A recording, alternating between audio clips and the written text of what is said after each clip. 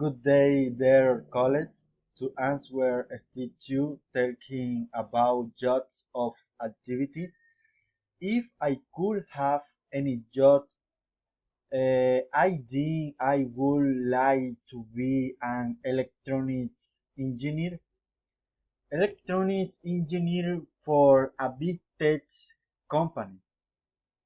I did this because I like to solve problems about electrical circuits. I also really like automation and robotics. The last job I had was as a monitor in physics laboratories.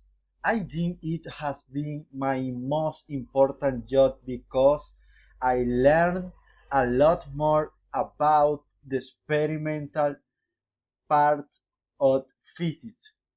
This helped me to help other colleagues who study this science. Thank you.